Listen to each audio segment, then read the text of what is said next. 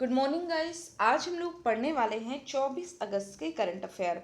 कल था संडे, तो इससे पहले हम लोग 22 अगस्त के करंट अफेयर का यहाँ पे रिवीजन करेंगे। फिर हम लोग शुरू करेंगे 24 अगस्त के करंट अफेयर। तो आइए शुरू करते हैं टॉपिक को। पहला क्वेश्चन था हमारा कि कौन सी सबसे तेज चार्ज होने वाली विद्युत वाहन है। तो टेस्ला ने बनाया है सबसे तेज चार्ज होने वाला विद्युत वाहन। ठीक है, याद रखिएगा इसको। उसके बाद है हमारा emergency credit line guarantee scheme के लिए कितना आवंटन किया गया है। तो इस स्कीम के लिए कुल 3 लाख करोड़ रुपए का आवंटन किया गया है। कितने का? 3 लाख करोड़ का आवंटन किया गया है। ठीक। फिर हमारा भारतीय रेलवे के किस क्षेत्र ने रोल ऑन रोल ऑफ सेवा का ट्रायल किया है। तो दक्षिण रेलवे ने इसका ट्रायल किया है।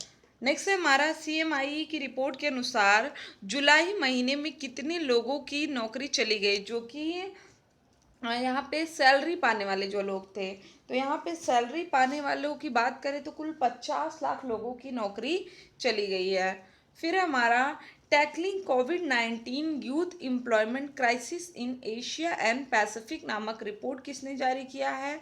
तो अंतर्राष्ट्रीय श्रम संगठन ने और एशियाई विकास बैंक ने मिल करके यह रिपोर्ट जारी किया है। और इसके अलावा अगर हम लोग भारत की बात करें तो श्रम मंत्रालय ने अपने श्रम ब्यूरो का एक नया लोगो लॉन्च किया यहाँ पे। ठीक।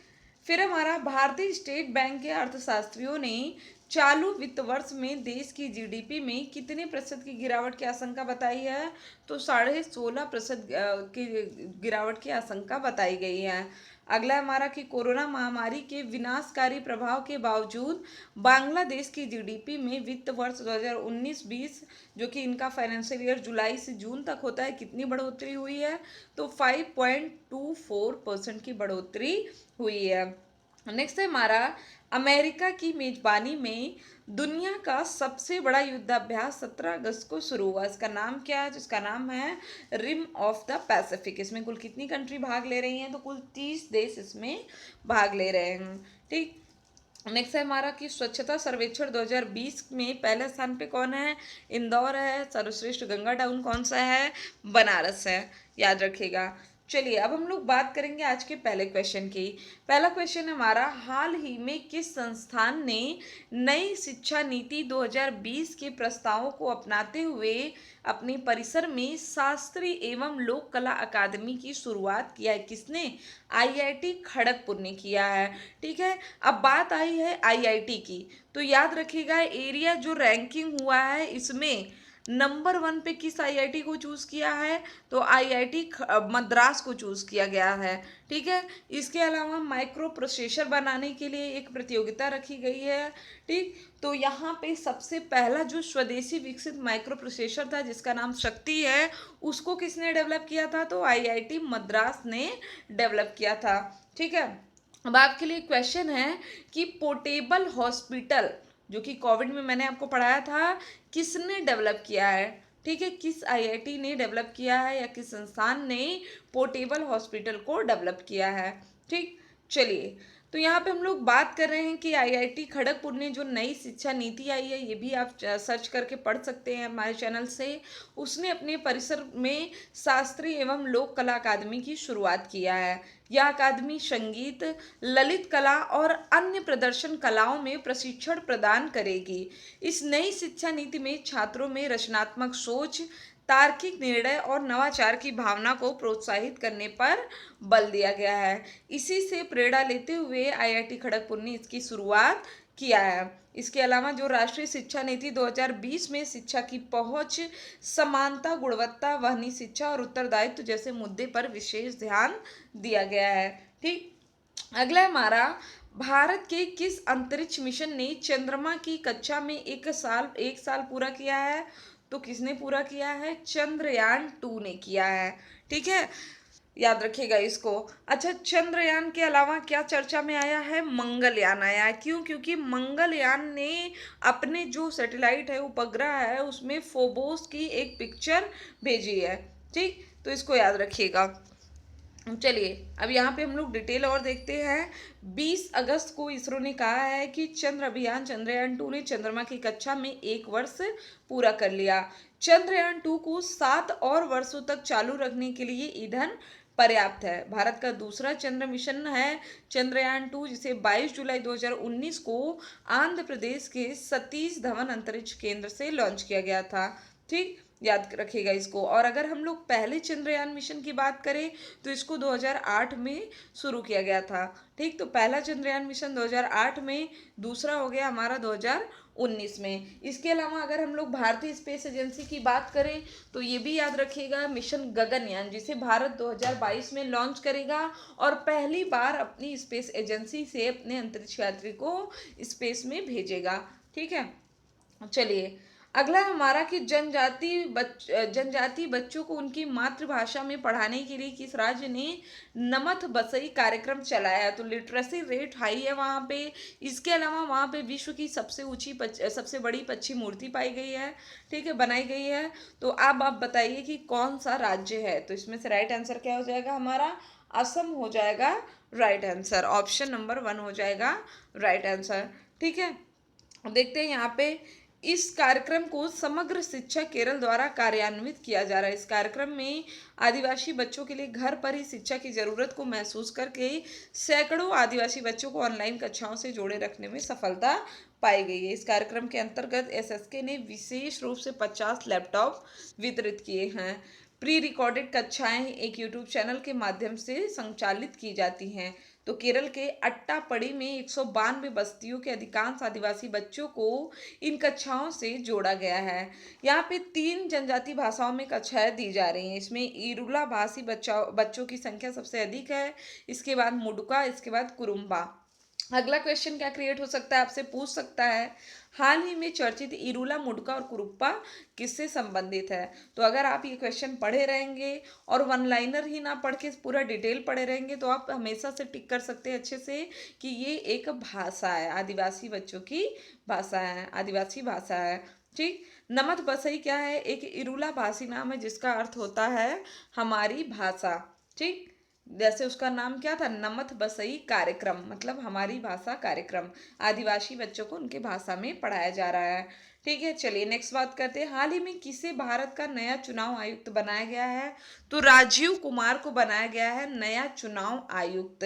ठीक है, क्यों, क्योंकि जो हमारे पूर्व चुनाव आयुक्त थे अशोक लवासा, उन्होंने इस्तीफा दे दिया। क्यों दिया, क्योंकि उनको एडीबी के उपाध्यक्ष का कार्यभार मिला है। ठीक है, तो अब उनका पद वैकेंट है, तो ऑब्वियस सी बात है किसी न किसी को अपॉइंट करना होगा। राजीव कुमार की बात करें तो ये झारखंड कैडर के 1984 बैच के आईएएस अधिकारी हैं।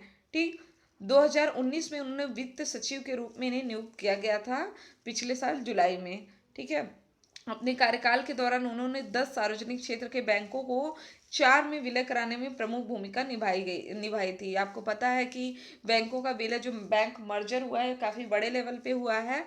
ठीक है, अच्छा आप लोग कमेंट बॉक्स में बताइएगा total number of public sector bank कितने हैं अब। ठीक, इसके अलावा इन्होंने कार्मिक मंत्रालय में स्थापना अधिकारी के रूप में कार्य किया है। फिर हमारा जनजाति मामलों के मंत्रालय द्वारा तृतीयक प्रसंस्करण केंद्र स्थापित करने के लिए शुरू की गई परियोजना का नाम क्या है। तो इस परियोजना का नाम है ट्राई फूड। ठीक है, राइट आंसर क्या हो जाएगा, ऑप्शन नंबर 1 हो जाएगा राइट आंसर।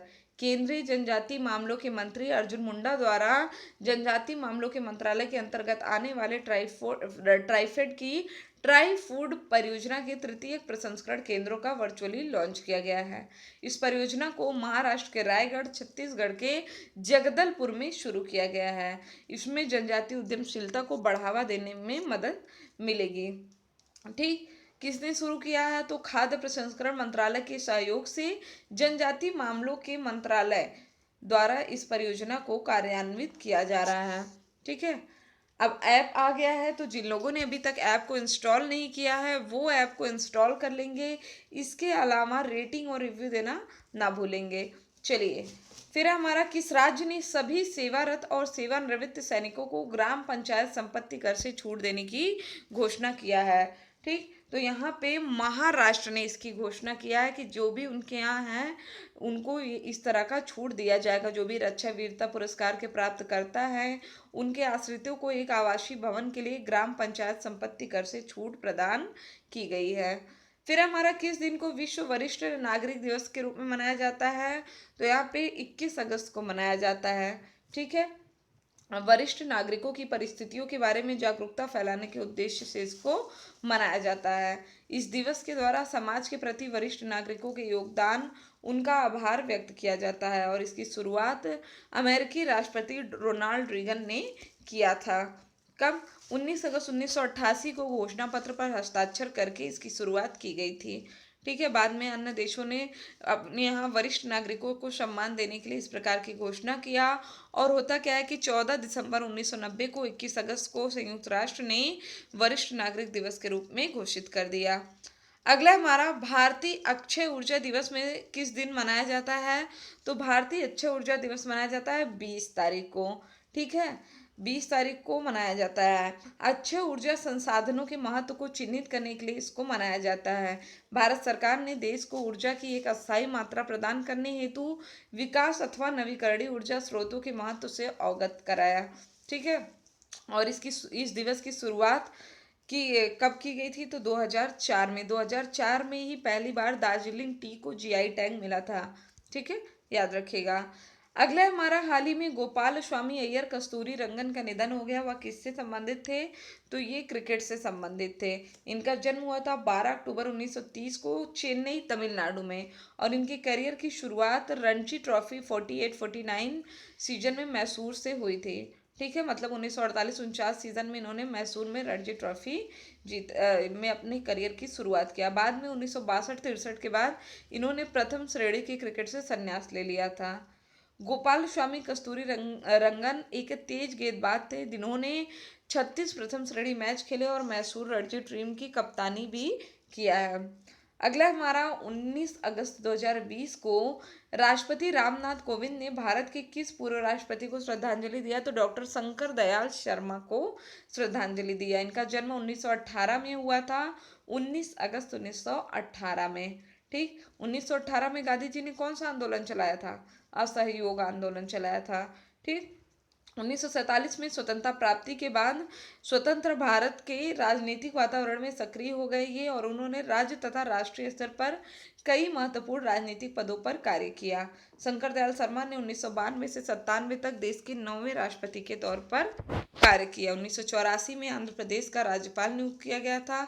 ठीक, और 85 में पंजाब का राज्यपाल बनाया गया। फिर इनको 3 सितंबर 1987 से भारत के 8वें उपराष्ट्रपति और राज्यसभा के पदेन सभापति बने। इसके बाद उन्होंने 1992 में राष्ट्रपति पद की शपथ ग्रहण किया। उसके बाद 1999 में दिल्ली में 81 वर्ष की उम्र में इनका निधन हो गया। तो ये थे हमारे आज के इम्पोर्टेंट क्वेश्चन। आई होप कि आपको वीडियो अच्छा लगा होगा। वीडियो अच्छा लगे तो चैनल को सब्सक्राइब करें, शेयर करें और लाइक करना ना भूलें। Thank you friends, thank you so much.